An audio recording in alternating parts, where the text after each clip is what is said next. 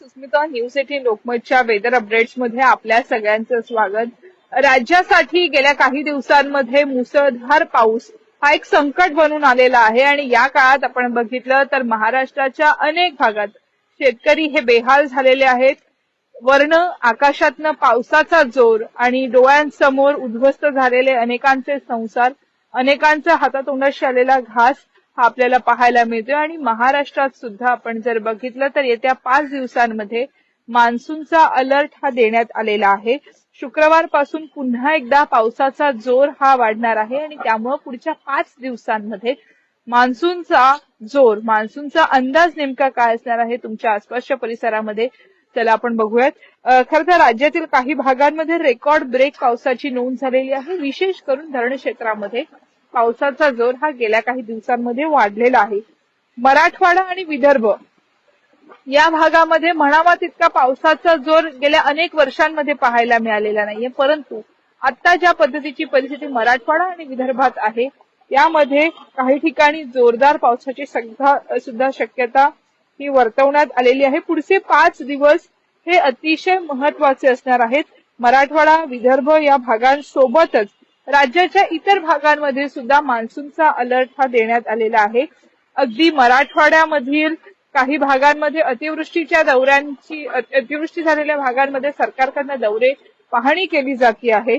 छत्रपती संभाजीनगर, जालना, बीड, धाराशिव, लातूर, परभणी अशा अनेक भागांमध्ये पावसाचा जोर वाढलेला आहे. नांदेड आणि हिंगोली या परिसरामध्ये सुद्धा पावसाचा सरासरी अंदाज हा वाढलेला पाहायला मिळतो आहे. याचाच अर्थ असा की साधारणपणे 75% महाराष्ट्राचा भाग हा असा आहे जिथं पावसाचा जोर हा वाढलेला आहे.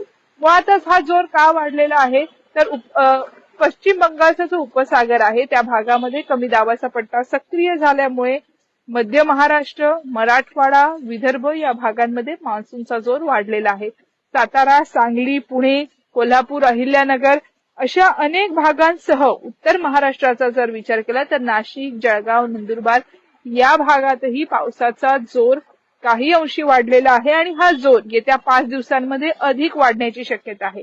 काही भागांमध्ये रेड अलर्ट सुद्धा देण्यात आलेला आहे. म्हणूनच आपण जर बघितलं तर आज आणि उद्या मराठवाडा आणि संभाजीनगर या परिसरामध्ये मोठ्या प्रमाणात पाऊस होणार असल्याची शक्यता वर्तवलेली आहे. सर्वच जिल्हे जे आहेत हे अलर्ट मोडवरती आहेत. एनडीआरएफची पथकं तैनात करण्यात आलेली आहेत.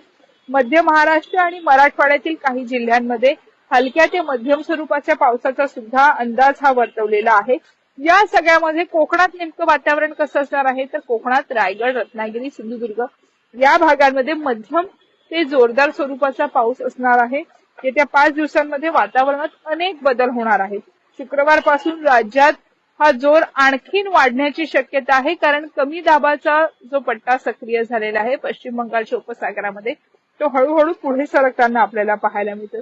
काही ठिकाणी ह्या जोरदार पावसामुळे 2 दिवस बहुतांश ठिकाणी जिथं पाऊस नाहीये अशाही भागांमध्ये आपण जर बघितलं तर साधारणपणे ढगाळ वातावरण हे असणार आहे आणि या ढगाळ वातावरणाचा सुद्धा परिणाम आपल्याला पाहायला मिळणार आहे.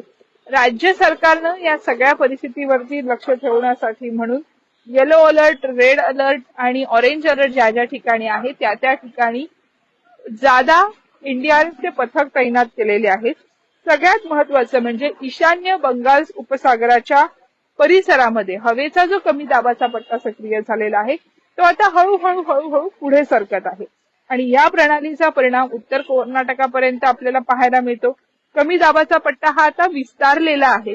ज्यावेळेला अशा पद्धतीने कमी दाबाचा पट्टा विस्तारतो त्याचा थेट परिणाम महाराष्ट्रावरती सुद्धा झालेला आहे.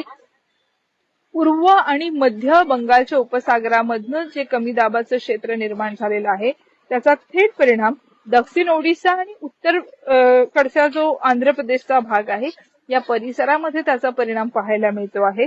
आणि कमी दाबाच्या क्षेत्रामुळे किनाऱ्याकडे येणारी ही प्रणाली जी आहे ती अतिशय तीव्र झालेली आहे. मोठ्या प्रमाणात हा पाऊस सदृश्य जी परिस्थिती निर्माण होत असते अर्थात कमी दाबाचा पट्टा जो निर्माण होत असतो तो हळूहळू पुढे सरकत आहे. अगदीच काल आपण जर बघितलं असेल तर पैठणमध्ये छत्रपती संभाजीनगर परिसरामध्ये साधारणपणे 200 मिलीमीटर पर्यंतच्या पावसाची नोंद एकट्या पैठणमध्ये झालेली होती. याचाच अर्थ काय? हा ओला दुष्काळ आहे. अनेक व्हिडिओ आपल्या समोर येत आहेत, अनेक पद्धतीची माहिती आपल्या समोर येते, ज्यामध्ये हे स्पष्ट म्हटलेलं आहे की न भूतो न भविष्यती अशा पद्धतीचा हा पावसाचा जोर आहे. आसमानी संकट महाराष्ट्रावरती आलेलं आहे आणि आसमानी संकटानं अनेक लोकांच्या जीवाशी खेळ केल्याचं सुद्धा आपल्याला पाहायला मिळतो आहे. शेतकरी हवालदिल झाला आहे, मदतीच्या अपेक्षेत आहे. केंद्र सरकारकडनं मदत होते का? राज्य सरकार कशा पद्धतीनं पाठपुरावा करतं हेही बघणं महत्वाचं आहे. कारण ज्या वेळेला पंजाबमध्ये अशा पद्धतीनं पूरसदृश परिस्थिती निर्माण झालेली होती, त्यावेळेला केंद्र सरकारने सुद्धा अर्थसहाय्य केलेलं होतं आणि तशाच पद्धतीचं अर्थसहाय्य महाराष्ट्राला सुद्धा देण्यात यावं. महाराष्ट्रातील जे जे बाधित परिवार आहेत अशा बाधित परिवारांना हेक्टरी मदत करण्यामध्ये वाढ करण्यात यावी अशा पद्धतीची मागणी जोर धरते आहे.